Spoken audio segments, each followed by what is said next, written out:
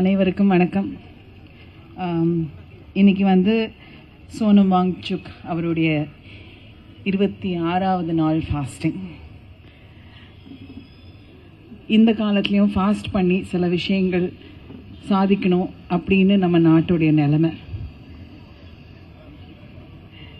எனக்கு வந்து நீட் தேவையா இல்லை அது வந்து திருத்தி சரி பண்ணி அது வைக்கிறதா இல்லை தேவையில்லையா, இந்த விஷயங்களை பற்றி எனக்கு பேசுறதுக்கான நாலேஜ் இல்லை.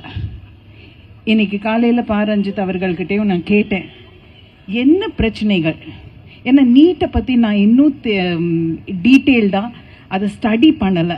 என்னை பொறுத்த வரைக்கும் எனக்கு நாலேஜ் இல்லாத போது அதை பற்றி பேசக்கூடாது. அதை பற்றி பேசுகிறவங்க என்னன்னா இங்கே நிறைய பேர் இருக்காங்க. ஆனால் நீட் பேப்பர் லீக்னால் பாதிக்கப்பட்ட மாணவர்களுடைய போராட்டத்தை நம்ம எல்லாருமே பார்த்துட்டு வரோம். எனக்கு சில விஷுவல்ஸ் ஜூலை 20 நடந்த சம்பவங்கள், அன்னைக்கிலேருந்து நடந்த சம்பவங்கள் என்னால் பொறுக்க முடியல. நம்ம குழந்தைங்க 17, 16, 19 வயசு, 20 வயசு, வாட் எவர் இட் இஸ், எல்லாம் நம்ம சின்ன குழந்தைங்க. எனக்கு நான் பார்த்த சில விஷுவல்ஸ் அப்படியே முட்டி போட்டு கையை கூப்பி கெஞ்சறாங்க, தயவு செஞ்சு அடிக்காதீங்க, நாங்கள் வந்து கதறாங்க, நாங்கள் என்ன கேட்குறோம், எங்களுடைய உரிமைகள் கேட்குறோம். நான் டாக்டர் ஆகணும்னு ஆசைப்படுறேன், ஆனால் இந்த நீட்னால என்னுடைய கனவு வந்து போயிடும். எங்கள் அம்மா அப்பா வந்து கல்யாணம் பண்ணி கொடுத்துருவாங்க, தயவு செஞ்சு எங்களை அடிக்காதீங்க, நாங்கள் தப்பு பண்ணலை அப்படின்னு கதறாங்க. ஒரு பையன் வந்து 2 பேர் தூக்கிட்டு வராங்க, காலெல்லாம் ரத்தம் இருக்கு. அவனுக்கு ஒரு ஃபோன் வருது, ஃபோன் வந்து காதில் வச்சுட்டு அவன் வந்து ஐயோ அம்மா நான் நல்லா இருக்கேன், இல்லை இல்லை எல்லாம் ஒன்றும் பிரச்சனை இல்லை. அதுக்கப்புறம் அம்மா கேட்டிருப்பாங்க போல இருக்கு, தம்பி நீ சாப்பிட்டியான்னு. நான் சாப்பிட்டேன், எல்லாம் இங்கே நல்லா இருக்க. இதெல்லாம் கேட்டுட்டு சுற்றி இருக்கிற நண்பர்கள் வந்து அவங்க வந்து கூச்சல் போடுறாங்க. அப்போ வந்து இது உண்மையா இருக்குமா, கேட்டியா இந்த கூச்சல், கேட்டியா பாத்தியா எல்லாம் நல்லபடியா இருக்குன்னு போன்ல சிரிச்சு பேசிட்டு இருக்கான், காலில் வந்து ரத்தம் போயிட்டு இருக்கு. இன்னொருத்தர் பார்த்தா ஒரு அடிஷனல் டிசிபி இன்னைக்கு வந்து கோர்ட்ல வந்து அவங்களோட பேரை சொல்லிட்டு வாதாடிட்டு இருக்காங்க, ஒரு அட்வொகேட். அந்த டிசிபி வந்து எல்லாரும் கலைஞ்சு போயிட்டு இருக்காங்க, அந்த பொண்ணு போயிட்டு இருக்க, பலார்னு கண்ணத்துல ஒரு அறை, அந்த அறை எதுக்கு விழுந்ததுன்னு அவ வந்து ஷாக் ஆகி அங்க நின்று பார்த்துட்டு இருக்கா. திருப்பி போயிட்டு தோலை தட்டி கேக்குறா, எதுக்கு பண்ணீங்க, நான் என்ன தப்பு பண்ணேன்னு. எனக்கு புரியவே இல்லை, இந்த மாதிரி என்னது இது, என்ன நடக்கிறது இது.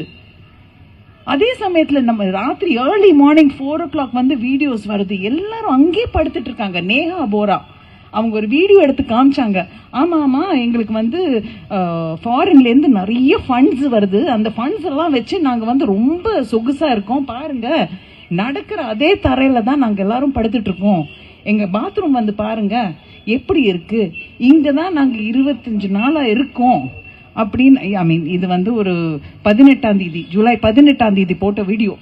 நாங்க வந்து இத்தனை நாளா இங்க இருக்கோம், எங்க சாப்பாடு பாடுங்க, அது குருத்வாரா, அங்க வந்து அப்படியே அள்ளி அள்ளி கொடுக்கறாங்க சாப்பாடு, தூங்குற இடம். இதுதான் நம்ம இந்திய நாடு, ஒரு ஒற்றுமையான நாடு. இந்த ஒற்றுமையை வந்து எத்தனை பேர் வந்து கலைக்க பாக்குறாங்க பாருங்க, அதுதான் கஷ்டமா இருக்கு மனசுல. இன்னொன்னு ஒரு வீடியோ நேத்து தான் பார்த்தேன், அதுல வந்து ஏன்னா எனக்கு தூக்கம் வரல, என்ன பண்றதுன்னு தெரியாம தான் நான் இவரை கூப்பிட்டேன்.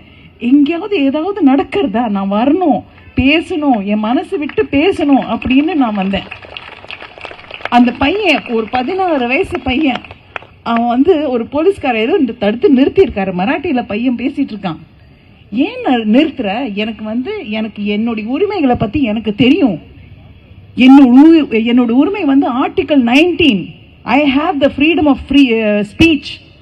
நீ வந்து எதுக்கு நிறுத்துற, நான் என்ன பண்றேன், நான் வந்து யாரையாவது அடிச்சேன்னா, ஏதாவது தப்பு பண்றேன்னா, தப்பா சொல்றேன்னா, என்னோட உரிமைகள் நான் படிக்கணும், அதுக்காக மட்டும்தான் நான் இங்க வந்திருக்கேன். ஏன்னா நான் டாக்டர் ஆகணும்னு சின்ன வயசுல இருந்து கனவு. அதை வந்து நான் நிறைவேற்றணும். என்னோட பேப்பர் லீக் ஆயிடுச்சுன்னா நான் என்ன பண்றது? அவன் வந்து அவனோட எதிர்காலத்தை பத்தி இன்னைக்கு போராடிட்டு இருக்கான். இந்த போராட்டத்துக்கான காரணம் என்ன? அவனுடைய வந்து நாலேஜ், கல்வி. அடுத்தது என்ன சொல்லி இருக்கணும்? ஆர்டிகல் 32 அதுல வந்து யாராவது என்ன கை தொட்டாங்கன்னா நான் வந்து கோர்ட்டு போவேன், சுப்ரீம் கோர்ட் வரைக்கும் போறதுக்கான எனக்கு ரைட் இருக்கு. இந்த மாதிரி நல்லபடியா நமக்கு தெரிஞ்ச விஷயங்களை அத உள்வாங்கி பேசுற இந்த ஜென்சிக்கு ஹேட்ஸ் ஆஃப். நிஜமா சொல்றேன். எங்க காலத்துல ஒரு கால் அம்மா அப்பா ஜெனரேஷன்ல ஒரு கால் வந்து எனக்கு தெரியும் இது வந்து தப்பு, இத பத்தி பேசணும் அப்படின்னு எனக்கு தெரியும். ஆனா ஒரு கால் இங்க ஒரு கால் அங்க பயத்துல வந்து பேசாம வெளியே வராம உட்காந்துட்டோம். அந்த பயம் இல்லாம அவங்க வந்து என்ன அழகா போலீஸ் வந்து அடிக்க வராங்கன்னு தெரிஞ்சோடனே எல்லாரும் நின்று நேஷனல் அந்த பாட ஆரம்பிச்சிட்டாங்க, தேசிய கீதம். அதுதான் அவங்க டெல் யூ ஹேட்ஸ் ஆஃப். தேசிய கீதம் ஆரம்பிச்சா போலீஸ்கார யாராவது வந்து நகர முடியுமா? அவங்க எல்லாரும் அட்டென்ஷன்ல நிக்கணும்ல. அந்த 53 நிமிஷம் 56 நிமிஷம் வந்து எல்லாம் காம் டவுன் ஆயிடுவாங்க. அந்த தேசிய கீதம் கேட்டோன்னா என்ன ஆயிடும்? மூடே மாறிடும். அங்கங்க பாடுறாங்க அவங்க. I love this Jency, amazing. என்ன பொறுத்த வரைக்கும் டாக்டர் அம்பேத்கர் வந்து ஒரு பெரிய ஒரு கான்ஸ்டிடியூஷன் எழுதி வச்சிருக்காரு. அவரை பத்தி உங்களுக்கு எல்லாருக்குமே தெரியும். ஏன்னா ஜெய்பீம் சொல்லிட்டு தான் எல்லாரும் இங்க இருந்து போறீங்க. அவர் வந்து ஸ்கூல்ல வந்து படிக்க விடாம, ஏன்னா ஜாதி என்கிற ஒரு விஷயத்தினால படிக்க விடாம விட்டாங்க. அதுக்கப்புறம் 32 டிகிரி வாங்கியிருக்காரு. 32 டிகிரிஸ். அதெல்லாம் வாங்கினதுக்கு அப்புறம் தேசத்துல வந்து நம்மளுடைய நாட்டுடைய கான்ஸ்டிடியூஷன் எழுதுறதுக்கான ஒரு ஆர்கிடெக்ட் அவர். அன்னைக்கே வந்து லேபர் லா பத்தி எழுதியிருக்காரு. பெண்களுக்கு வந்து when they are pregnant அவங்களுக்கு வந்து மெட்டர்னிட்டி லீவ் கொடுக்கணும், அன்னைக்கு எழுதினாரு.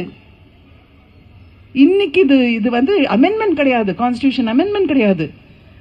அதே டைம்ல ஆர்பிஐயோட கான்செப்டே வந்து அவர் தான் எடுத்துட்டு வந்தாரு. இந்த நாட்டுடைய பணத்தை வந்து எப்படி ஒரு லெவல்ல வச்சுக்கணும்னு சொல்லிட்டு பல விஷயங்கள். இதுக்கெல்லாம் காரணம் என்ன? கல்வி, கல்வி, கல்வி, நாலேஜ். ஒரு 4 பேர் ஏதோ பேசுறாங்கன்னு சொல்லிட்டு அதை வந்து ஒரு என்ன தத்தை சொல்லுவாங்க இல்லையா, கிளி மாதிரி வந்து சொல்லாதீங்க. போய் அது நல்லா வந்து ஆராய்ச்சி பண்ணி என்னன்னு கேள்விகள் கேட்டு தெரிஞ்சு பேசுங்க. அதுதான் இந்த ஜென்சி பண்ணிட்டு இருக்க. எங்க ஜெனரேஷன் பண்ணல. I am sorry, I am really sorry. எங்களோட ஜெனரேஷன் இப்ப பண்ற விஷயங்கள் பார்க்கும்போது தாங்கல. அதனால கோ அஹெட், நில்லுங்க, போராடுங்க. உங்களுடைய பாதைகள் வகுத்துக்கிறதுக்கு உங்களுக்கு தெரியும், நல்லாவே தெரியும். ஒரு வார்த்தை நாங்க சொல்ல தேவையில்லை. நாங்க வந்து சைட்ல நின்று உங்களுக்கு வந்து எந்த உதவி வேணுமோ செஞ்சுக்கிட்டே வரோம். ஆனா கல்வியை விடாதீங்க, கேள்விகள் கேட்கறது விடாதீங்க. நன்றி. ஜெய்தீப். ரேவதி அம்மா நம்மளுக்கு சில அறிவுரைகளையும் கொடுத்திருக்கிறாங்க. இந்திய அரசமைப்பு சட்டத்தை தாக்கல் செய்யும் போது பாபாசாஹேப் அம்பேத்கர் சொன்னாரு, இந்திய அரசமைப்பு சட்டத்தோட ஆன்மா வந்து அரசமைப்பு சட்டக்கூறு 32 226 சொன்னாரு. இன்னைக்கு அந்த ஆன்மாக்கள் தங்களுக்கு நேரம் இல்லைன்ட்டாங்க நம்ம குறைகளை கேட்பதற்கு.